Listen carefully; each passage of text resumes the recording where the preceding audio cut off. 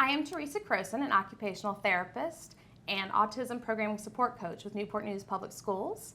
And I'm here with Wendy Clayton, the autism specialist also from Newport News Public Schools. Thank you for joining us for this webinar on navigating the social highway, a roadmap of social skills programming for students with ASD. Within the text of the Diagnostic Criteria for Autism Spectrum Disorder in the DSM-5, the word social appears 10 times, indicating that social skills are inherently a significant area of weakness for our students with ASD. Learning to navigate social situations not only helps them understand their world, but also impacts the student's ability to gain benefit from their academics. Our students, more often than not, find themselves alone during resource and lunch, verbally interact less with peers, have fewer opportunities to relate with peers throughout the day, and have difficulty assigning meaning to the academics. These factors substantiate the paramount importance of teaching social skills instruction to our students. During this webinar, we will highlight the journey of Newport News Public Schools ASD program while guiding you through the steps necessary to begin social skills programming within your school, classroom, or division. When addressing social skills programming for students with ASD, often the most difficult step is knowing where to begin. It is hard to decide what direction to go in if you don't know where you're starting from. So gathering baseline data of current programming in your division, building, or classroom is an essential first step. Within Newport News' ASD program, the Autism Program Environment Rating Scale, or the APERS, was used to gather data in each classroom and to help establish professional goals for each teacher. A consistent professional goal that was noted across classrooms and teachers within Newport News was in the area of social skills. While the division already knew that social skills are inherently a significant area of need for students with ASD, the initial step that we took gathering data further confirmed the need to establish a plan for thorough, consistent, and evidence-based social skills programming for our students with ASD. With the baseline data and professional goals in hand, the next step is to establish a plan for reaching those goals. There are some questions that must be asked to help guide you in the right direction. Asking the right questions will help you pinpoint things such as how and whom to train, what are our students' needs, what format of instruction will work best, and what skills should we teach. The questions noted here helped guide the Newport News Public School team and will be helpful for you as you begin developing social skills programming in your division, school, or classroom. We will look at some of the possible answers as we move forward. When asking the question of how and whom to train, it will be important to consider if you have access to resources outside of or within your district to help you provide those trainings. People and places such as universities, TTACs, or specialists in your division can be great resources of information and can often provide trainings or training materials. Also of importance is to take into account the baseline level of knowledge and understanding of the staff members involved. This to ensure trainings are not significantly above or below the level of need, and to determine if the variance of levels can be addressed in one cohesive group or if the use of 2 or 3 smaller groupings may be needed in order to differentiate trainings. The logistics of the staff you're training, especially when attempting to train staff across your division, is critical when planning for training. Different work hours, different responsibilities, and multiple supervisors for staff can impact how and when and whom you train. Once you've gathered the information regarding resources, baseline levels, and logistics, you can use it when exploring the different options for training and for determining what can best meet the needs within your classroom, school, or division. Options could include using that traditional training format of having your group or groups listen to a speaker, using online courses, virtual trainings, or webinars which can be very helpful when logistics of the staff make it so difficult for traditional trainings. And PLCs, or professional learning communities, are helpful. Let's look a little closer into the conceptual model used by Newport News Public Schools. The definition of a PLC is a group of educators that meets regularly, shares expertise, and works collaboratively to improve teaching skills and the academic performance of students. The content of PLCs is fluid and therefore can meet staff needs at varied levels. Within Newport News Public Schools, 2 PLCs were formed, one at the elementary school level and the other at the secondary school level. These PLCs served as a way to give teachers a place to meet, training in evidence-based practices for social skill intervention, exposure to social skills curricula, and support in meeting their specific professional goals from the APERS data. Quickly, it evolved from formal specialist-led groups to teacher-led groups, in which teachers work with each other to problem solve, make adaptations to their practices, and share resources. In Newport News Public Schools, the material learned and discussed in the PLCs is also followed up on by coaches in the classroom setting. Once the ongoing process of training has begun, it's time to look at the next step in planning. When asking the pertinent questions of what are the individual student needs and what social skills should we teach, it's important to determine how you will assess student abilities and how you will prioritize or organize student and classroom needs. Assessment measures can include observation, parent interviews or checklists, student interviews or checklists, and teacher checklists. Once baseline assessment data is obtained, it's then necessary to look for trends within the classroom or targeted group of students. These trends will help you prioritize what skills are most crucial or may be most beneficial to work on. Newport News Public Schools opted to use the Bellini Autism Social Skills Profile to assess students' skills due to its ease of use, coverage of a variety of social skill areas, and the ability to obtain numerical scores for comparison.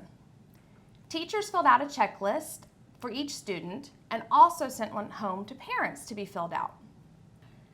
The Bellini consists of a series of 49 statements related to social skills, to which a rater chooses never, sometimes, often, or very often to indicate how frequently the student demonstrates the behavior independently during social situations.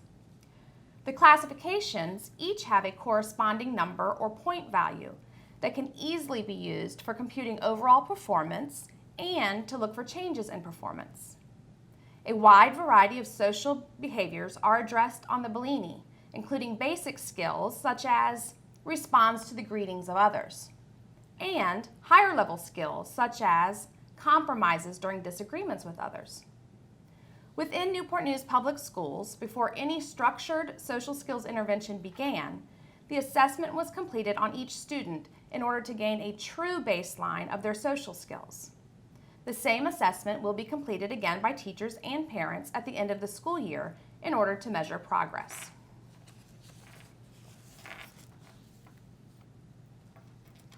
While it is necessary to measure social skills from the perspective of the classroom teacher and the parent, it is also very important to gain insight into the student's own views of how their social skills are when it is appropriate. Newport News Public Schools was given a copy of a self-assessment that was used in another Virginia school district that included a series of social skills statements to which students could then rate themselves using a smiling face, a straight face, or a frowning face. Within our PLCs, input was gathered from the teachers regarding the self-assessment that we obtained from the other school district, and some modifications were made to meet our needs. One modification was creating a second self-assessment, using words and situations which would be more appropriate for use with our secondary age students. As you can see in the examples shown here, wording was changed to include more refined or higher level skills, as well as to reflect age-appropriate activities or phrases.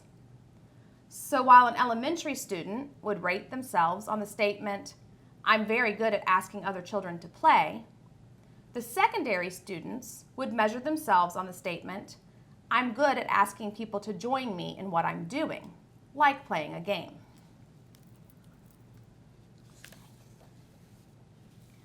When making revisions to the self-assessment form, Newport News staff also considered things such as the possibility of students creating a pattern of answers when marking on the form, as well as looking at the connotations of happy versus sad faces.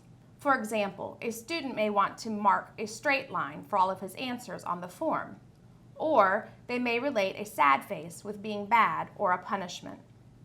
These considerations led to changing the answer symbols to thumbs rather than faces, providing teachers with matching visuals of the assessment answer choices so that they could be used and placed on the table in random order for selection by the student, as well as including examples of phrases to use when explaining the directions. So teachers could do things such as assuring the student that there are no right or wrong answers and that none of the answers are bad. 2 thumbs down could be further explained as, 2 thumbs down is not bad. It just means, oops, I forget to do that. Or could mean, I'm still learning how to do that. As with the Bellini, Newport News staff members conduct pre- and post-tests with the self-assessments for comparison and for measure of progress. Copies of the 2 self-assessments used by Newport News are included with your handouts from this presentation. As with all of the steps in the planning process, you will need to explore options that meet the needs of your classroom, school, or division when determining what type of self-assessment is appropriate for you and for your students. While we would all love to be able to teach every single social skill to every single student, it would be extremely difficult, if not impossible. So how do we prioritize the needs of our students? The next step of the process is to establish a means of organizing student assessment results, strengths, and weaknesses in a manner that will allow you to identify trends across students in the classroom or your social skills groups. Within the district we've been highlighting, they created a classroom profile form, which includes the positive social behaviors from the Bellini in a table format that allows scores for each student to be consolidated onto one form. Organizing the data this way allows teachers to see the big picture of social skills within their classroom or group, allows them to pinpoint consistent areas of weakness and strength, and helps them determine pairings that may be beneficial, as well as the important part of prioritizing what skills to target first.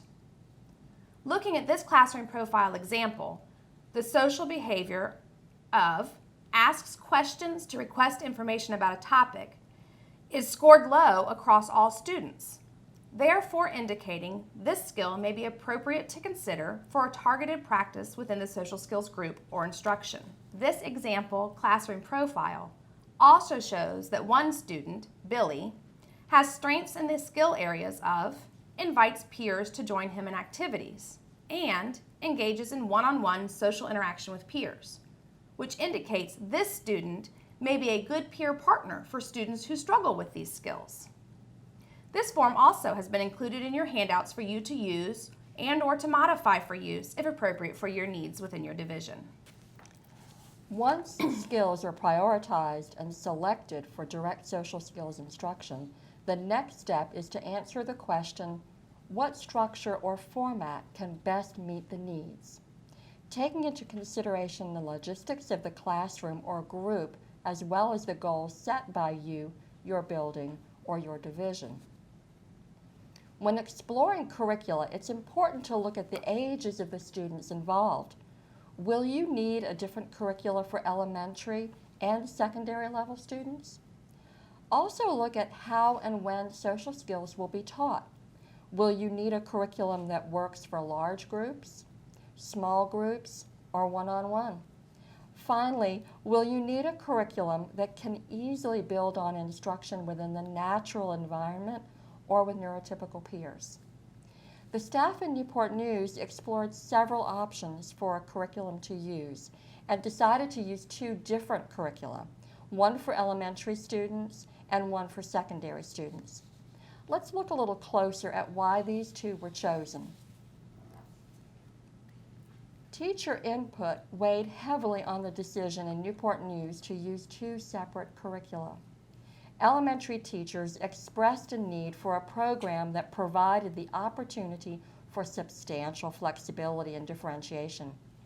There was a desire to have a curriculum which could be used one-to-one or in groups and supported both structured and on-the-fly presentations of lessons. These factors led to the selection of social skills training for children and adolescents with Asperger's syndrome and social communication problems by Jed Baker. The middle and high school teachers in the division felt that a curriculum that had a consistent, unit-based, and concrete style of presentation for groups would best meet their needs. They wanted that for their students. These factors led to the selection of Social Skills for Teenagers with Developmental and Autism Spectrum Disorders, the PEERS Treatment Manual. Included in the handouts from this presentation, you will find a 7-page document graciously provided by Stacy Carr from VCU Autism Center for Excellence, which provides a review of many of the social skills curricula available. The review is helpful in giving you an overview or description of each curriculum, as well as providing you with the age ranges for which the curricula are appropriate. You are encouraged to explore the myriad of options for social skills curriculum to determine which one or ones will best fit your classroom, school, or division needs and goals. Just as there is no one formula that describes each student with autism, there is no one curriculum that can match the needs of all students with ASD. So it will be important to modify and expand upon the social curriculum you use in order to best meet the needs of all of your students. We'd like to show you some examples of the ways Newport News teachers have used, adapted, and expanded the social skills curriculum within their division. Several Newport News ASD teachers have taken the social skills lessons within the curriculum and expanded upon them by creating follow-up or practice lessons on the interactive whiteboards. Teachers reported great success with infusing social skills lessons with technology, as it is, of course, a highly motivating modality for learning with our students with ASD. With the conversation wheel activity, spinning wheels gives students random pairings of a peer and a type of conversation starter so that interactions can be practiced within the classroom. Okay, a question. So, Ashley, do you know how to use a Wii remote? The interactive Rule Police activity gives students an opportunity to apply the social rules they have learned by deciding which action they would take in different given scenarios. The student is talking when you are trying to work. Okay, so what are you going to do? What I would do is try to talk to the person. Yes. Can you act that out for us? Lessons such as those you just saw a glimpse of are shared among teachers and are easily modified to meet the needs of each classroom. They also serve as a quick and readily available activity to refresh the memory of our students of the skills they've learned in previous lessons, and can be used to target behaviors that may need some additional reinforcement. In one high school, the ASD teachers are able to dedicate one full class period to the social skills curriculum, during which time students from both classrooms come together to work on the current lesson or activity. While the upcoming video clip will show a teacher role-playing with a student, the majority of role-playing is done between peers, allowing them to actively engage in the learning process with their classmates and to practice the skills they are learning. As you will see, the students are not only taught what not to do, but have opportunities to learn replacement behaviors or what they should be doing with social skills. So today, you guys are going to be doing a role play for the different skits. So when your peers are up here doing the role play, you guys are going to have to look at the rules of the conversation here on the board, and you're going to have to tell if that conversation, if the person was teasing, policing the conversation, being too loud, they were standing too close. Laughing already. Others. Hey, Aaron, how's it going?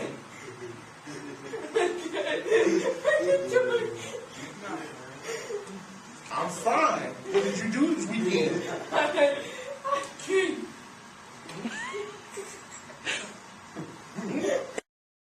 Okay. Okay.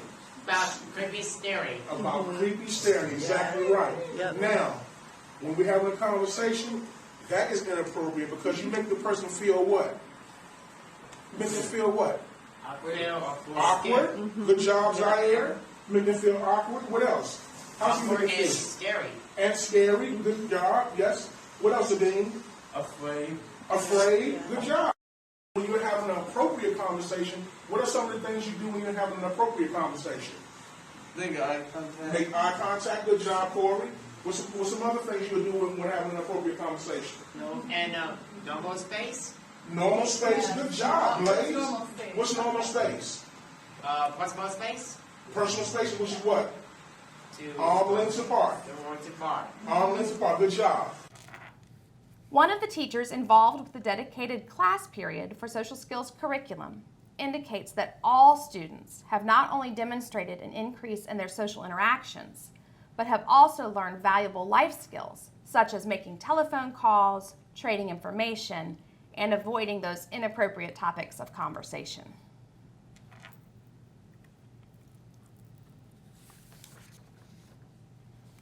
Another valuable tool used within Newport News Public Schools is the use of visual supports during social skills instruction and practice. Teachers have worked together to find, make, and share visual supports to supplement the curriculum and to aid in the generalization of the skills learned into everyday natural occurrences. Visual supports such as those shown can be used to encourage things like turn taking, waiting, volume of voice, and other skills that support meaningful social interactions and relationships. Conversation cue cards or sentence strips can be used to give options or ideas for initiating conversation with peers.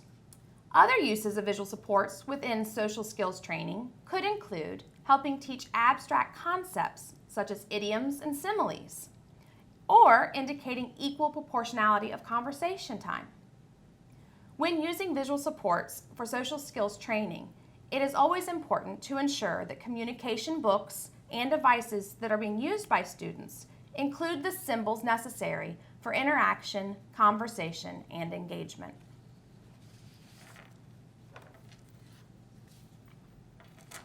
The use of social scripts is another tool that has been implemented in some of our Newport News Public School ASD classrooms. One elementary teacher began to use social scripts and shared the strategy with other teachers through the PLC. The teacher shown in the next video found that her students struggled still putting together a full conversation when just using the basic social script shell.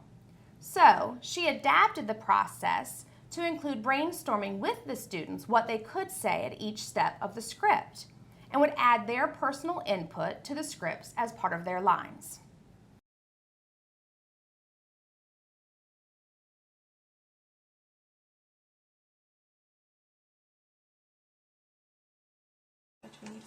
Ask your friend a question from the card.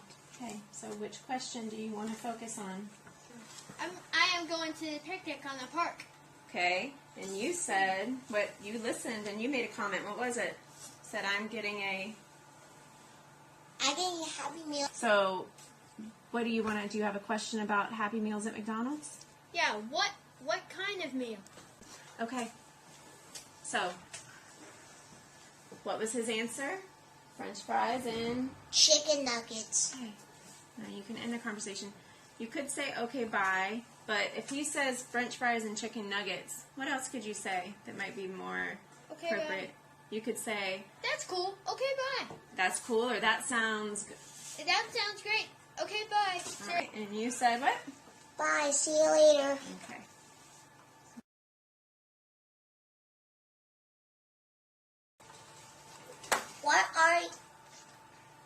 Where are you going to do this weekend? I am going to a picnic in the park.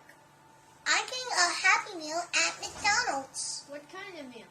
French fries and chicken nuggets. That's good. Okay, bye. See you later. Bye. See you later. Good job, guys. The video clip you are about to see serves as an example of the value of including neurotypical peers in social skills training when appropriate. What started out as an assignment for a service learning class became a year-long journey that helps students with ASD build upon their social skills, engage in typical teen activities such as taking selfies and going to school sporting events, as well as to build friendships beyond their classroom.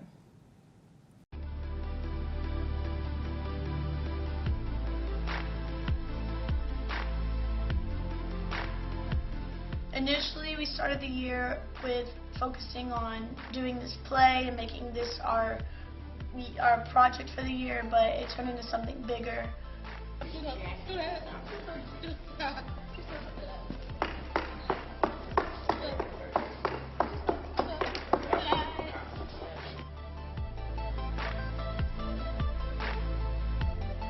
They made my day, basically. I look forward to that class.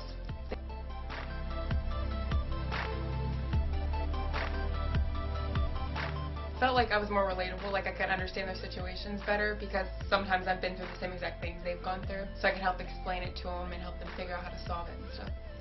And he told us he couldn't talk to Mr. Kwani about it because he didn't understand what his problems were. So me and Danielle said we would be his wing women, and we helped him and talked him through it, and kind of showed him how to talk to girls, how to give them compliments without sounding too creepy.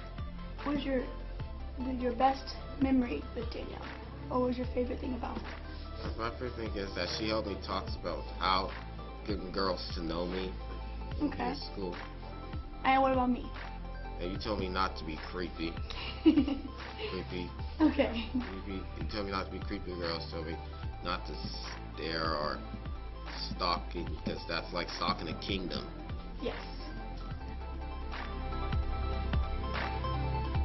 Even kids from other schools now know them, because one day we went to a soccer game and I look over and they're just talking to some guy from Woodside, and now they're friends, so.